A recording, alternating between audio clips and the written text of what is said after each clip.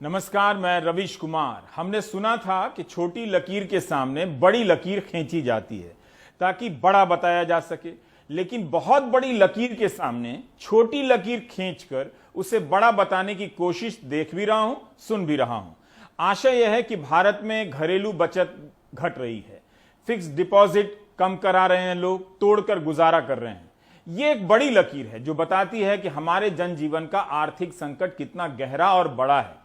लेकिन वित्त मंत्री इससे जुड़ी खबरों को ट्वीट नहीं करती हैं, ना वित्त मंत्रालय अपने ट्विटर हैंडल से करता है। जबकि जिस रिपोर्ट के आधार पर यह खबर आई है वो भारतीय रिजर्व बैंक ने तैयार की है।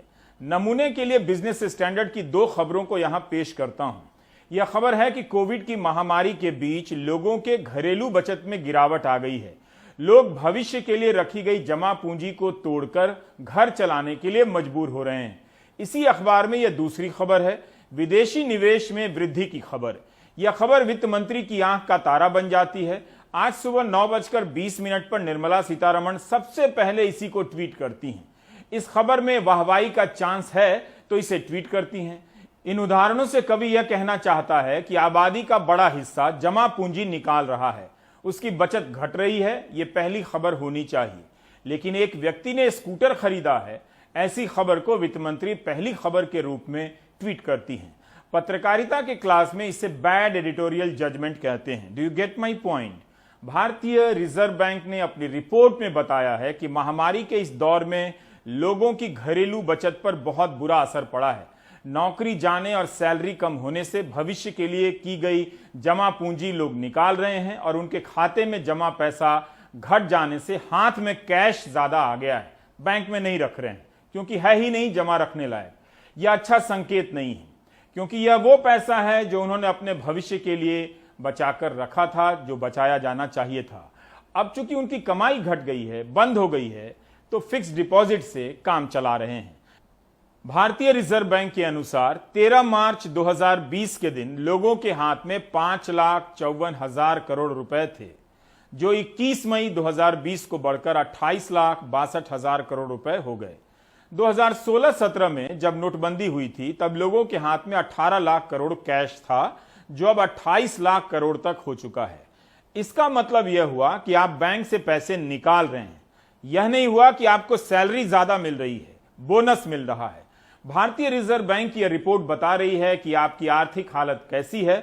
महामारी के दौरान 25 राज्यों के 159 जिलों में टर्म डिपॉजिट में कमी आई है। यह फिक्स डिपॉजिट इसी को कहते हैं। 13 जिलों में 2 तिमाही से गिरावट आती जा रही है। अप्रैल जून 2018 से अक्टूबर दिसंबर 2020 की 11 तिमाहियों में ऐसे जिलों की संख्या मात्र 22 से लेकर 53 थी। जनवरी फरवरी मार्च 2021 में ऐसे जिलों की संख्या बढ़कर 159 हो गई। डिमांड साइड इकोनॉमिक्स फॉलो करने की जरूरत है। लोगों के हाथ में परचेजिंग पावर देने की जरूरत है, जिससे कि वो खरीद कर पाए, और जब वो खरीद कर पाएंगे तो हमारा बिजनेस इन्वेस्ट करेगा। हमारा जो इन्वेस्टमेंट रेट है वो गिर गया है, और उसी के चलते हुए अर्थव्यवस्था में ग्रोथ रेट जो जीडीपी का है वो कम हो गया है। जब लोगों की आमदनी कम हो जाएगी तो बचत भी अपने आप कम हो जाएगी। तो इसलिए सबसे ज़्यादा ज़रूरी है कि हम डिमांड क्रिएट करें, उसके लिए लोगों के हाथ में पैसा आए, और जब वो आएगा तो उससे इन्वेस्टमेंट बढ़ेगा, तो इन्वेस्टमेंट बढ़ने से फिर सेविंग भी बढ़ेगा। और जो फॉरेन डायरेक्ट इन्वेस्टमेंट है वो तो कुछ ही क्षेत्रों में आएगा, और वो उसमें कैप्चर करने के लिए आएगा कि वो उनको सेक्टर को कैप्चर कर ले। जैसे कि जियो में बहुत सारा फॉरेन कैपिटल आ गया है, बहुत सारे बैंक हैं जो प्राइवेट सेक्टर के, उनमें बहुत कैपिटल आ गया है। अभी जैसे पंजाब नेशनल बैंक का जो एक सब्सिडरी है उसमें पैसा जब काफ़ी आ रहा है, जिससे कि वहाँ पे भी कैप्चर कर लिया जाए। उसी तरह एक और बहुत बड़ी हमारी कंपनी है, अभी उसमें भी मतलब ये पता लगा कि 3 बाहर की कंपनियां जो बहुत बड़ा पैसा डाल रही थी, तो अब जब वहाँ पे सेबी ने उनको ऊपर कुछ रोक टोक लगा दिया है, तो एकदम से वो बड़ी कंपनी का भी जब जो शेयर मार्केट में प्राइस गिर गया है। तो इस तरह का स्पेकुलेशन बहुत ज़्यादा चल रहा है। तो इसलिए मेरा ये मानना है कि जो हमारा जो इस समय करना चाहिए वो सप्लाई साइड इकोनॉमिक्स की जगह डिमांड साइड पे ध्यान देना चाहिए। जबकि ये फॉरेन कैपिटल के प्रेशर से और हमारे बड़े बड़े बिजनेसमैन उनके प्रेशर से सप्लाई साइड इकोनॉमिक्स हो रहा है, न कि डिमांड साइड। तो सप्लाई साइड इकोनॉमिक्स तो ऐसा हुआ कि जैसे कि अगर आपका घर जल रहा है तो मैं आपसे आके कहूँ कि अब मैं और दमकल खरीद लूंगा और दमकल घर आपके पास बना दूंगा, तो तब तक तो घर जल जाएगा। आज जो समस्या है तो तुरंत पानी डालने की जरूरत है, ना कि ये कि हम इन्वेस्टमेंट बढ़ा देंगे उसमें बाद में और जो दमकल आ जाएंगे वगैरह वगैरह। तो इसलिए ये जो पॉलिसीज हैं हमारे, जो गरीब आदमी के और देश के हित की हैं, वो फिर हमारे हाथ से बाहर निकल जाती है जब हम ये फॉरेन डायरेक्ट इन्वेस्टमेंट और मल्टीनेशनल कैपिटल के लिए जो अपनी नीतियां बनाते हैं। कायदे से किसी भी सरकार को इस पर चिंतित होना चाहिए। पब्लिक में इसे लेकर बहस हो, इसका प्रयास नहीं दिखता है। वित्त मंत्री ने जिस खबर को ट्वीट किया है यह बताने के लिए कि विदेशी निवेश कितना बढ़ा है, इससे हम लाखों करोड़ों लोगों की हालत को दरकिनार नहीं कर सकते हैं। वित्त मंत्री ने अपने ट्वीट में खास तौर से जिक्र किया है कि जो विदेशी निवेश आया है उसका 31% कर्नाटक में गया है, 19% महाराष्ट्र और दिल्ली में 15%। भारत में पिछले एक साल में विदेशी निवेश में 38% की वृद्धि हुई है। लेकिन इसी खबर में, बिजनेस स्टैंडर्ड की इसी खबर में यह भी लिखा है कि मॉरिशस से सबसे अधिक निवेश आया है 24%, सिंगापुर से 21% और जापान से 11%। एंकर हर विषय का विद्वान नहीं हो सकता है, लेकिन जानना जरूर चाहता है कि मॉरिशस में ऐसी कौन सी औद्योगिक क्रांति हो रही है जहां से विदेशी निवेश आ रहा है। कहीं कागजी कंपनियां बनाकर यहां का पैसा वहां लेकर और फिर वहां से यहां लाकर निवेश के रूप में दिखाने का खेल तो नहीं हो रहा। पनामा पेपर जैसा कोई मामला ना हो जाए इसलिए पूछ रहा हूं। वैसे सरकार कागजी कंपनियों के खिलाफ है, जिसे हम सेल कंपनियां कहते हैं। ऐसा है कि हमारे देश में, जैसे मैंने कहा कि एक राउंड ट्रिपिंग होता है, लोग अपनी जो काली कमाई है उसको बाहर निकाल लेते हैं और फिर राउंड ट्रिप कर देते हैं जो टैक्स हेवन है, वहां से वापस इंडिया में अपने स्टॉक मार्केट में, अपने कंपनियों में लगा देते हैं। तो जैसे मॉरिशस हो गया, मैंने गिनाया, सिंगापुर हो गया, दुबई हो गया, केमन आइलैंड हो गया, ये सारे जो टैक्स हेवन है, यहाँ से जो पैसा आता है वो बहुत बड़ी मात्रा में हमारी अपने जो बिजनेसमैन होते हैं उनका जो काला धन बाहर पड़ा होता है उसी को लाके वापस अपनी कंपनी में इन्वेस्ट कर देते हैं। तो ये बात बिल्कुल सही है कि वहाँ पे अपनी आमदनी तो होती नहीं है। तो जो कुछ होते हैं जैसे पोर्टफोलियो इन्वेस्टमेंट में जेन्युइन इन्वेस्टमेंट होते हैं, जो कि वहाँ के पेंशन फंड हैं और प्रोविडेंट फंड वगैरह हैं, वहाँ से पैसा आता है। पर लेकिन बहुत बड़ी तादाद में हमारा अपना ही काला पैसा वो बाहर चले जाता है और बाहर से फिर वापस राउंड ट्रिपिंग होके इंडिया आ जाता है। तो इसका भी एक गलत परिणाम पड़ता है, क्योंकि जैसे जैसे ये बढ़ता है तो यहाँ पे भारत में फिर काली कमाई और बढ़ जाती है, क्योंकि जब राउंड ट्रिपिंग आसान हो जाती है तो लोग अपना पैसा यहाँ से काला बना लेते हैं, उसको बाहर ले जाते हैं हवाला के जरिए या और किसी जरिए से, और फिर उसको वापस ले आते हैं। तो जितनी काली धन की जो हमारी अर्थव्यवस्था बढ़ती है तो उतना हमारी अर्थव्यवस्था पे और गरीब आदमी पे और ज्यादा नुकसान होता है, क्योंकि जो काले धन की अर्थव्यवस्था है उससे हमारा डेवलपमेंट थमने लगता है। तो डेवलपमेंट जब थमता है तो गरीब आदमी को उसका नुकसान पहुंचता है। अमेरिका की एक शोध कंपनी प्यू रिसर्च सेंटर है। वर्षों से यह सेंटर अमेरिका में अलग अलग सवालों को लेकर सैंपल सर्वे करता है। इधर इसके कई रिसर्च भारत को लेकर आए हैं। लगता है भारत में भी इसकी दिलचस्पी बढ़ी है। कई लेखों में प्यू रिसर्च सेंटर का नाम आने भी लगा है। अमेरिका में इसके रिसर्च और डेटा को काफी अहमियत दी जाती है। भारत में हम केवल एग्जिट पोल के डेटा पर विश्वास करते हैं, क्योंकि यही वो डेटा है जो हर चुनाव में फेल हो जाता है। आजकल जो फेल होता है उसी पर हम ज्यादा विश्वास करते हैं, इसी का चलन भी है। बहरहाल प्यू रिसर्च सेंटर ने अपने एक सर्वे के बाद बताया कि महामारी के कारण जो आर्थिक तबाही आई है उसकी वजह से 2020 में 7.5 करोड़ भारतीय गरीबी रेखा से नीचे चले गए। मिडिल क्लास से 3.2 करोड़ लोग घट गए, गरीबी रेखा के नीचे चले गए। तो लोग बचत नहीं कर पा रहे हैं, जो बचाया है उसी से गुजारा कर रहे हैं, और मिडिल क्लास का एक बड़ा हिस्सा गरीबी रेखा से नीचे चला गया है। अजीम प्रेमजी यूनिवर्सिटी के सेंटर फॉर सस्टेनेबल डेवलपमेंट ने एक रिसर्च किया है कि कोरोना की पहली लहर के बाद अर्थव्यवस्था पटरी पर जब लौटने लगी, लेकिन उसके बाद भी गरीबी की संख्या में बेतहाशा वृद्धि होने लगती है। अजीम प्रेमजी यूनिवर्सिटी के इस अध्ययन के अनुसार शहरों में गरीबी 20% बढ़ी है और गांव में 15%। इसलिए आप देखेंगे कि सरकारी राशन केंद्रों पर ऐसे बहुत से लोग मिलेंगे जो जमाने बाद या पहली बार राशन लेने आए हैं। कई लोगों ने हमारे ही संवाददाताओं को बताया कि कमाई बंद हो गई है, महंगाई बढ़ गई है, इस कारण वे सरकारी राशन केंद्रों पर पहले से ज्यादा निर्भर है। अजीम प्रेमजी यूनिवर्सिटी के इस रिसर्च में बताया गया है कि कर्नाटक और राजस्थान में 30% कार्ड धारकों को अनाज नहीं मिला, जिन्हें प्रधानमंत्री गरीब कल्याण योजना के तहत देने का वादा किया गया था। कई सारे लोगों ने बताया कि उनके जनधन खाते में भी पैसा नहीं आया है। इस रिपोर्ट के अनुसार 23 करोड़ लोग 375 रुपए प्रतिदिन से कम कमा रहे हैं। जिन महिलाओं का काम छिन गया है उनमें से 46% से अधिक को वापस काम नहीं मिला है। पुरुषों में 7% को दोबारा काम नहीं मिला। जितने लोग सैलरी पर काम करते थे उनमें से आधे दिहाड़ी पर काम करने लगे हैं। चाहे परमानेंट नौकरी वाले हों, अस्थायी हों या कैजुअल हों या दिहाड़ी पर काम करने वाले हों, हर तरह के काम करने वाले ग्रुप में सैलरी की कमी आई है। लोगों से बात करने पर सेंटर फॉर सस्टेनेबल डेवलपमेंट ने सरकार को यह भी बताया है कि अचानक आई इस भयानक गरीबी से लड़ने के लिए क्या करना चाहिए।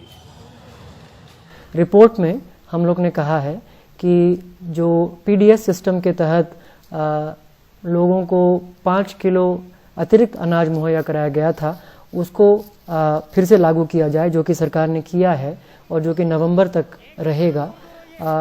हम लोगों के हिसाब से इसको और बढ़ाया जा सकता है, उसका सशक्तिकरण किया जा सकता है, जिसे हम यूनिवर्सल पीडीएस कहते हैं, जहाँ पे राशन कार्ड ना होते हुए भी लोगों को राशन दिलाना जाना चाहिए इस समय में। उसके आगे हम लोग ने ये भी कहा है कि एक और केंद्र सरकार की तरफ से कैश ट्रांसफ़र किया जाए, जैसे कि पिछले साल हुआ था। 500 रुपये के 3 महीने के लिए यानी 1500 रुपये के कुल ट्रांसफ़र हुए थे। हमारा विश्लेषण ये बताता है कि लोगों के जितना आय का नुकसान हुआ है उसके हिसाब से वो काफ़ी नहीं था, तो और कैश ट्रांसफ़र करने की भी ज़रूरत है। और हम लोगों ने 5,000 रुपये महीना 3 महीने के लिए यानी कुल 15,000 रुपये का ट्रांसफ़र का सुझाव दिया है, जिससे गरीब परिवारों को जो नुकसान हुआ है पिछले साल चलते, उसकी कुछ थोड़ी बहुत भरपाई हो सकती है। तीसरी बात, मनरेगा जो बहुत अहम कार्यक्रम के रूप में उभरा है पिछले साल में, उसमें पहले से ही आपातकाल में 100 के जगह 150 दिन काम का प्रावधान किया गया है, तो वो अब लागू करना चाहिए और मनरेगा का बजट 1,75,000 करोड़ तक आना चाहिए। साथ ही साथ शहरों में भी मनरेगा रूप का कोई एक रोजगार गारंटी प्रोग्राम लागू किया जाए, तो शहर में जो असंगठित मजदूर हैं उनके लिए भी एक सेफ्टी नेट क्रिएट किया जा सकता है।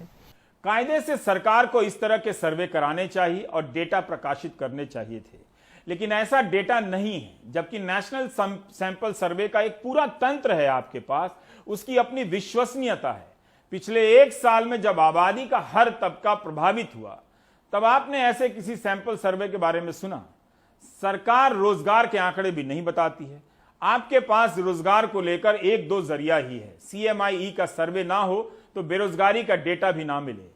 अब आते हैं इस सवाल पर, जब बेरोजगारी बढ़ रही है तब कॉरपोरेट का मुनाफा कैसे बढ़ रहा है, और मुनाफा बढ़ रहा है तो निवेश क्यों घट रहा है? जीडीपी में कॉरपोरेट के मुनाफे का हिस्सा 4 साल में अधिकतम स्तर पर है। चोटी की 200 कंपनियों का मुनाफा डबल हो गया है। सितंबर 2019 में कॉरपोरेट टैक्स कम कर दिया गया, 30 से 22% कर दिया गया। मैन्युफैक्चरिंग कंपनी का टैक्स 25 से 15% कर दिया गया। 2 जून को लाइव मिंट में प्रदीप गौड़ की एक खबर छपी है। केंद्र सरकार ने ही वित्त वर्ष 2020-21 का आंकड़ा दिया है, जिसके अनुसार 12 साल में पहली बार ऐसा हुआ है जब सरकार को कॉरपोरेट टैक्स की जगह इनकम टैक्स से अधिक पैसा मिला है। 2020-21 में इनकम टैक्स से 4,69,000 करोड़ की वसूली हुई है, वहीं कॉरपोरेट से 4,57,000 करोड़ टैक्स की ही वसूली हुई है। टैक्स देने के बाद लिस्टेड कंपनियों का मुनाफा 2007-8 के बाद सबसे अधिक है। सरकार को कॉरपोरेट टैक्स से 2020-21 के वित्त वर्ष में जितनी आमदनी हुई है वो 2015-16 के बराबर है। इस मामले में भी 5 साल पीछे जा चुके हैं। एक राय है कि अगर सितंबर 2019 में कॉरपोरेट टैक्स की जगह इनकम टैक्स में कटौती की गई होती तो आज लोगों के हाथ में अधिक पैसा होता, वे खर्च कर पाते और अर्थव्यवस्था में सुधार होता। सरकार ने कॉरपोरेट टैक्स इसलिए घटाया ताकि मेक इन इंडिया को बल मिले। निवेश नहीं हुआ। सरकार ही बताती है कि जीडीपी की तुलना में निवेश का अनुपात न्यूनतम स्तर पर है, 20 सालों में सबसे कम। आपको एक तरफ बताया जाता है कि विदेशी निवेश बढ़ रहा है, लेकिन यह नहीं बताया जाता या वित्त मंत्री इस सूचना को ट्वीट नहीं करती हैं कि कॉरपोरेट का निवेश 20 साल में सबसे कम क्यों है। कॉर्पोरेट टैक्स और इनकम टैक्स दोनों के अंदर जो बहुत सी कॉम्प्लिकेशंस रहती हैं, एग्जेम्पशंस रहते हैं, उसको सिंप्लीफाई करने की जरूरत है। उससे हो सकता है कि टैक्स जो है कलेक्शन वो बढ़े। जैसे कि डायरेक्ट टैक्सेस में अगर आप देखें कि आप 50 करोड़ का घर खरीदें और फिर 50 करोड़ का घर बेचें और उस पैसे से आप 50 करोड़ का एक नया घर खरीद लें, तो आपको कोई टैक्स देने की जरूरत नहीं है, उस पर एग्जेम्पशन है। लेकिन ये बहुत बड़ी इन्वेस्टमेंट्स हैं, तो ये सब एग्जेम्पशंस बहुत ही कॉम्प्लेक्स, बहुत ज्यादा नंबर ऑफ एग्जेम्पशंस हैं। इसकी वजह से क्या इकोनॉमी को फायदा मिल रहा है या नुकसान ही हो रहा है, ये मेरे ख्याल से देखने की ज्यादा जरूरत है। 2017 में अमेरिका में भी कॉरपोरेट का टैक्स 35% से घटाकर 21% कर दिया गया, लेकिन नए राष्ट्रपति जो बाइडेन ने प्रस्ताव रखा है कि कॉरपोरेट टैक्स 20% से बढ़ाकर 28% कर देना चाहिए। इसलिए बढ़ाने की बात हो रही है ताकि महामारी के बाद वहां की अर्थव्यवस्था में तेजी लाने के लिए 2.3 खरब डॉलर के निवेश की योजना को साकार किया जा सके। भारत में इस तरह की कोई बात नहीं हो रही है। 5 अगस्त 2019 के दिन कश्मीर में धारा 370 हटाने और राज्य का दर्जा समाप्त कर 2 हिस्सों में विभाजन के बाद आज पहली बार प्रधानमंत्री मोदी और कश्मीर के राजनीतिक प्रतिनिधियों की बैठक हुई। 1 साल से भी अधिक समय तक इन नेताओं को नजरबंद और जेल में रखा गया, यह बताकर कि यह देश के लिए खतरा है। अब यही नेता प्रधानमंत्री के साथ वार्ता की मेज पर बुलाए गए हैं। मेज पर बैठने से पहले तस्वीर साथ साथ खिंचा रहे हैं। आप जानते हैं कि लंबे समय तक कश्मीर घाटी में इंटरनेट और फोन का कनेक्शन बंद था। कोरोना के कारण भारत ने जिस तालाबंदी को देखा, उससे भी सख्त तालाबंदी कश्मीर घाटी के लोग 5 अगस्त 2019 से ही भुगत रहे थे। कोरोना की तालाबंदी में कम से कम फोन तो चल रहा था पूरे भारत में। इंटरनेट की स्पीड कश्मीर के लोगों के लिए सपना हो गया। तब गृहमंत्री अमित शाह ने कहा था कि टेलीफोन का ना होना मानवाधिकार का उल्लंघन नहीं है। संयुक्त राष्ट्र के मुख्यालय की दीवार पर लिखने लायक यह महान वाक्य 29 सितंबर 2019 को बोला गया। दिल्ली के Nehru memorial museum and library में पूर्व नौकरशाहों के एक कार्यक्रम में। कहते कम्युनिकेशन के साधन बंद कर दिए, सारी की सारी लैंडलाइन चालू है और 10,000 नई लैंडलाइन दी है, 6,200 पीसीओ खोले हैं जनता की बात करने के लिए। नरेंद्र मोदी जी ने 370 को हटाया है। आप मेरी बात देखना, 5-7 साल के अंदर कश्मीर देश का सबसे विकसित राज्य बनने के लिए आगे बढ़ जाएगा।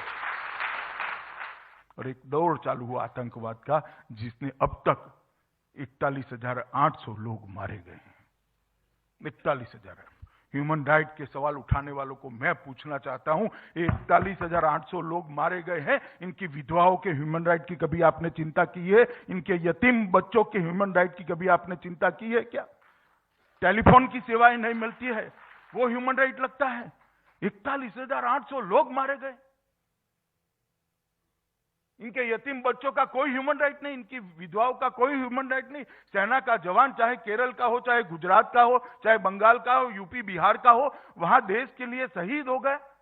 चैंपियन तो इसके भी नहीं है कि कोरोना की दूसरी लहर में मरने वालों की संख्या सही क्यों नहीं बताई जा रही है। कम से कम इस दौरान हुई मौतों की सही संख्या को लेकर सरकार के भीतर से कोई चैंपियन आ सकता था। 80 लाख आबादी जम्मू कश्मीर में इंटरनेट के बगैर थी। गृहमंत्री अमित शाह के अनुसार टेलीफोन का ना होना मानवाधिकार का उल्लंघन नहीं है। 5 महीने बाद जनवरी 2020 में सुप्रीम कोर्ट ने कहा कि ये मौलिक अधिकार है। अदालत ने कहा कि सरकार धारा 144 का इस्तेमाल कर विचारों की विविधता को नहीं दबा सकती। इंटरनेट के माध्यम से अभिव्यक्ति संविधान के आर्टिकल 19 के तहत मौलिक अधिकार है। इंटरनेट के जरिए व्यापार मौलिक अधिकार है। इस आदेश के बाद भी 4G सेवा बहाल होने में 555 दिन लग जाते हैं, 1 साल से ज्यादा। 2G 24 जनवरी को बहाल होती है। जब कोरोना आया तब फाउंडेशन ऑफ मीडिया प्रोफेशनल ने सुप्रीम कोर्ट में याचिका दायर की कि राज्य में 8 महीने से तमाम वेबसाइट पर प्रतिबंध है। अब महामारी आ गई है, राज्य को इंटरनेट से वंचित करना समझ से बाहर है। मेडिसिन दवाओं के लिए जरूरी है, इसके बगैर राज्य की जनता के साथ देश की तुलना में भेदभाव किया जा रहा है। हुआ था ना इस बार, किस तरह से आप ट्विटर के जरिए, व्हाट्सएप के जरिए, फेसबुक के जरिए अपील कर रहे थे कि ऑक्सीजन घट रहा है, बचा लीजिए पिताजी को, माँ को, बेटे को, कोई वेंटिलेटर के लिए, कोई दवाओं के लिए कह रहा था। कश्मीर के लोगों को यह भी कहने का मौका नहीं मिल रहा था। 2 साल के दौरान, जब वहां पर 5 अगस्त 2019 के बाद से कश्मीर और जम्मू के साथ क्या हुआ, काफी कम बहस हुई और हम जानते नहीं हैं, क्योंकि प्रेस वहां पर उस तरह से सक्रिय नहीं था जिस तरह से किसी एक राज्य में परिवर्तन के वक्त होना चाहिए था। 2015 में जम्मू कश्मीर को 80,000 करोड़ के पैकेज का ऐलान किया गया। आज की बैठक से पहले बीजेपी ने परिसीमन का राग उछाल दिया कि वहां की विधानसभा की सीटों का स्वरूप बदला जाना चाहिए और जम्मू और कश्मीर के बीच संतुलन होना चाहिए। प्रधानमंत्री ने इस बैठक में दिल्ली और दिल्ली के बीच की दूरी कम करने की बात कही। हालांकि इस जज्बाती लाइन के अलावा जो ठोस राजनीतिक पहलकदमियां बैठक से निकलती दिखी, उनमें 3 बातें हैं। जम्मू कश्मीर का राज्य का दर्जा फिर से बहाल होगा, राज्य में परिसीमन के बाद ही फिर से चुनाव होंगे, राज्य को लेकर हर फैसला संविधान के दायरे में होगा। गृह मंत्री प्रधानमंत्री से पहले बोले और उन्होंने कहा कि जो हम वचनबद्ध है स्टेट देने के लिए, लेकिन पहले डिलिमिटेशन हो, इलेक्शन भी हो जाएंगे, इलेक्शन भी का हम वचनबद्ध हैं और स्टेटहुड देने के भी वचनबद्ध है।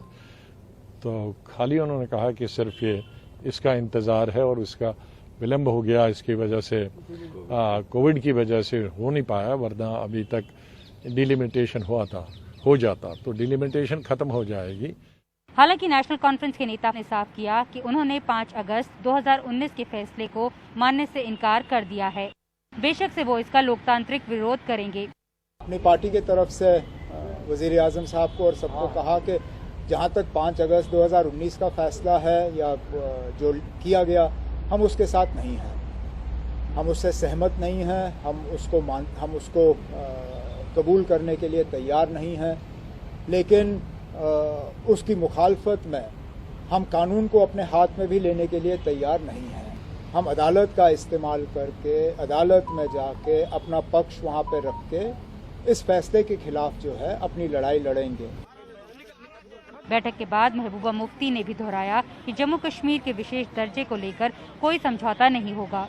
जिस तरह से बीजेपी ने 70 साल स्ट्रगल किया 370 को हटाने के लिए, जो इलीगली हटाया गया, अनकॉन्स्टिट्यूशनली हटाया गया, हमारी जमात, जम्मू कश्मीर के लोग कॉन्स्टिट्यूशनली, डेमोक्रेटिकली, पीसफुली स्ट्रगल करेंगे, चाहे महीने लग जाए या साल लग जाए।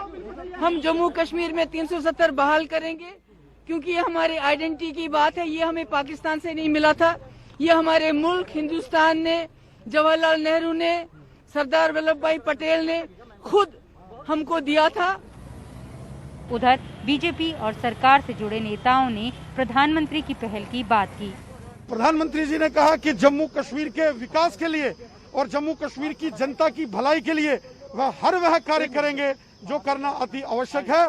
हम हृदय से माननीय प्रधानमंत्री जी का धन्यवाद करते हैं। माना जाता है आज की all party meeting Jammu Kashmir में एक बड़ी अमन प्रक्रिया का हिस्सा है, जिसमें हो रहे पाकिस्तान के साथ पर्दे के पीछे बातचीत, फरवरी में हुई सीज फायर का ऐलान, और जिन लीडरों को कल तक सियासत के हाशिए पे भी जगह नहीं मिलती थी, उन्हें आज प्रधानमंत्री ने पहले सफ में बिठाकर उनके साथ फोटो खींचे। जिन्हें कल तक गुपकार गैंग कहा जाता था, उन्हें आज लोगों के तर्जमान और लीडर मानकर उनसे बातचीत शुरू हुई। और यह पहली दफ़ा है जब प्रधानमंत्री नरेंद्र मोदी ने अपने ही लिए हुए फैसले पर अपने सियासी मुखालिफिन को बुलाकर उनसे बातचीत का आगाज किया। बेशक 5 अगस्त 2019 को अनुच्छेद 376 हटाए जाने के फैसले के बाद गुरुवार की बैठक सरकार के लिहाज से काफी कामयाब कही जा सकती है। आखिर जो नेता सलाखों के पीछे हैं, वे सब बातचीत की मेज पर थे और प्रधानमंत्री बता रहे थे कि कोविड के बाद ये पहली बैठक उन्होंने इतनी बड़ी की है। लेकिन इन 19 महीनों में कश्मीर के कई सवाल हैं जो दिल्ली और श्रीनगर को परेशान करते रहेंगे। अगस्त 2019 के बाद नेताओं और राजनीतिक कार्यकर्ताओं की बड़े पैमाने पर हुई गिरफ्तारी एक बड़ा मसला है। अनुच्छेद 370 का मामला अभी अदालत में है, लेकिन ये बैठक में भी उठा और आगे भी उठेगा। पाकिस्तान के दखल, आतंकवाद और अंतर्राष्ट्रीय दबाव से निपटने की चुनौती अलग है। कश्मीर के जख्म बड़े हैं, जिन्हें लगातार राजनीतिक और लोकतांत्रिक प्रक्रियाओं की बहाली से भी भरा जा सकता है। केंद्रीय गृह मंत्री अमित शाह की तरफ से जो जानकारी सभी नेताओं के साथ साझा की गई, उसके मुताबिक 40 लोग थे जो पब्लिक सेफ्टी एक्ट के तहत जो है गिरफ्तार किए गए थे। उनमें से कुछ पॉलिटिकल प्रिजनर्स भी थे, उन्हें रिहा किया जा चुका है। अब लेफ्टिनेंट गवर्नर मनोज सिन्हा की अध्यक्षता में एक कमेटी बनाई जाएगी जो सभी केसेस को, जो पुराने हैं और जो नए हैं, उन्हें रिव्यू करेगी। नई दिल्ली से कैमरा पर्सन शशिकांत झा के साथ नीता शर्मा, NDTV इंडिया के लिए। यूपी का चुनाव आ रहा है। कश्मीर का मुद्दा कश्मीर से ज्यादा हिंदी प्रदेशों में काम आता है। इसका मतलब यह नहीं कि कश्मीर का मुद्दा नहीं होता तो यूपी में चुनाव रोजगार और अस्पताल पर होता। ऐसी सोच भी एक किस्म की भ्रांति है, लेकिन इस बात में भी दम है कि कश्मीर धारा 370 को लेकर हिंदी प्रदेशों में बेहिसाब भ्रांतियां हैं। जो भी कश्मीर पर कम जानता है वही कश्मीर पर सबसे अधिक बोलता है। कश्मीर के लोग अगर यूपी जाएं तो पता चलेगा कि वहां के लोग उनसे अधिक कश्मीर को जानते हैं। व्हाट्सएप यूनिवर्सिटी का एक बड़ा डिपार्टमेंट है धारा 370। इसके जवाब में विपक्ष धारा 370 का नाम सुनते ही चुप हो जाता है, कंपकपी हो जाती है। आप किसी विपक्ष के नेता को चुनावी रैली में धारा 370 पर अपना पक्ष रखते हुए नहीं बोलेंगे, सही बातों को बताते हुए आप नहीं सुनेंगे। यूपी के चुनाव में धारा 370 हर दूसरे भाषण में सुनाई दे सकता है। वैसे असम में नागरिकता कानून की गूंज सुनाई नहीं दी, अलग कारणों से। इकोनॉमी जब फ्लॉप होती है तो इकोनॉमी का टॉपिक हिट होता है, यह भी एक भ्रांति है। बाकी ब्रेक के बाद।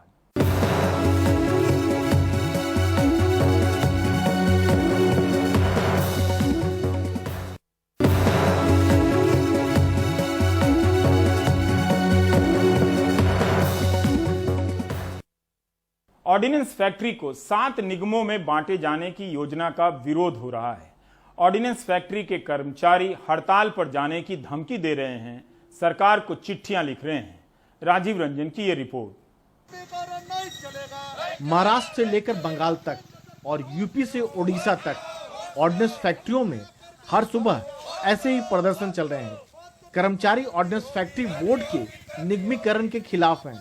उनमें तरह तरह के अंदेशे हैं और उतनी ही नाराजगी भी। सभी ऑर्डिनेंस फैक्ट्रीज में सुबह नारा दे रहा है, कारपोरेशन के खिलाफ में लड़ना शुरू हो गया।